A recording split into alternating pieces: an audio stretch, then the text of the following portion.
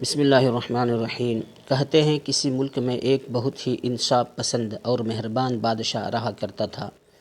اس کے 3 بیٹے تھے۔ بادشاہ جب بوڑھا ہونے لگا تو اس نے اپنے سب سے قابل وزیر کو بلایا اور کہا کہ وہ اپنی بادشاہت اپنے 3 بیٹوں میں سے کسی ایک کے سپرد کرنا چاہتا ہے، پر اس سے فیصلہ نہیں ہو پا رہا۔ وزیر نے کہا، بادشاہ سلامت، اس مسئلے کا ایک آسان سا حل ہے۔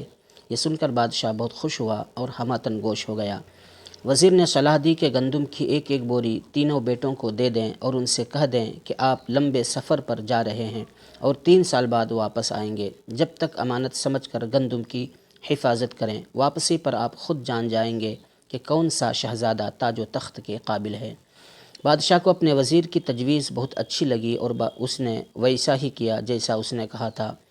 بادشاہ کے جانے کے بعد تینوں بیٹے گندم کی ایک ایک بوری کے ساتھ سوچ میں پڑ گئے کہ اب ایسا کیا کریں کہ بابا کو بحفاظت گندم واپس کر سکیں۔ چنانچہ بڑے بیٹے نے گندم کو محل کے تجوری نما الماری میں رکھ کر تالا لگا دیا اور سکھ کا سانس لیا کہ ایک ایک دانہ اسی طرح سے واپس کر دے گا جیسا اسے دیا گیا تھا۔ دوسرے بیٹے نے گندم کو ایک خالی کھیت میں جہاں خودرو جھاڑیاں اور گھاس اگی ہوئی تھی وہاں ڈال دیا تاکہ محفوظ رہے اور اگتی بھی رہے۔ تیسرے بیٹے نے سوچا پورے 3 سال بعد گندم واپس کرنی ہے، اس لیے بہتر ہے اس کی کاشت کی جائے۔ اس نے اچھی سی زمین دیکھ کر پہلے جھاڑ جھنکار نکالا، مٹی کنکر چن کر نکالے، طریقے سلیقے سے زمین کو نرم کیا اور بڑی محبت سے گندم بو دی۔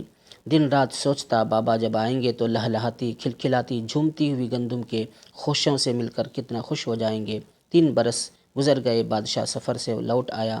اس نے گندم کی بابت اپنے بیٹوں سے پوچھا۔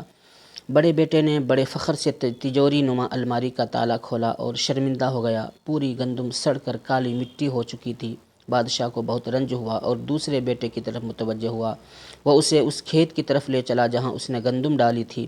جب وہاں پہنچا تو دیکھا کھیت میں کہیں کہیں کمزور سے گندم کے پودے تھے جنہیں جھاڑ جھنکار نے بڑھنے ہی نہ دیا تھا۔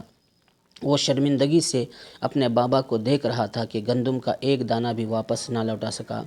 مایوس اور افسردہ بادشاہ تیسرے بیٹے کے پاس پہنچا۔ وہ خوشی خوشی اپنے بابا کو کھیت کی طرف لے چلا جہاں دور تک گندم کے سنہرے خوشے قطار در قطار لہلہا رہے تھے۔ فضا خوشبو سے مہک رہی تھی۔ بادشاہ کی آنکھوں میں خوشی سے آنسو آ گئے۔ بیٹے کو گلے لگا کر شاباش دی۔ کھیت کے کنارے بادشاہ بہت محبت سے اپنے بیٹوں سے مخاطب تھا۔ خدا ہم انسانوں کو بھی گندم کی طرح کچھ بیج دے کر دنیا میں بھیجتا ہے، پھر وہ ہمارا انتظار کرتا ہے کہ ہم واپسی پر اس کے دیے بیج کس حالت میں واپس لاتے ہیں۔ ہم زمین کی طرح ہوتے ہیں، جو سخت پتھریلے ہوئے تو خدا کے دیے بیج سڑ کر کالی مٹی جیسی ہو جائیں گے۔ بیج کی پرورش کے لیے صاف ستھرا جھاڑ جھنکار سے پاک ہونا بہت ضروری ہے، اور جو شخص بیج کے نمو کے لیے اور بڑھوتری کے لیے خود کو نرم رکھتا ہے، خدا کے دیے ہوئے بیج وہیں بار آور ہوتے ہیں۔ اس کے اطراف رحمتوں کی بارش ہوتی ہے۔ بارشوں کے بعد انسان کسی جنگل کی طرح اندر باہر سے ہرا بھرا خوشبودار اور مخلوق کی قرارگاہ ہو جاتا ہے۔ سوچو ایسا انسان جب 3 گنا زیادہ بیج لیے خدا کے پاس پہنچے گا تو وہ کتنا خوش ہوگا۔ دوسرے دن بادشاہ نے بھرے دربار میں تاج اپنے سر سے اتار کر اپنے سب سے چھوٹے بیٹے کے سر پر رکھ دی۔ محترم سامعین، نہایت سبق آموز واقعہ ہے۔ امید ہے اچھا لگا ہو تو آپ اس چینل کو سبسکرائب کریں، شیئر کریں۔ اللہ آپ لوگوں کی جان مال عزت و آبرو کی حفاظت فرمائے، عمر لمبی فرمائے، برکت نصیب فرمائے۔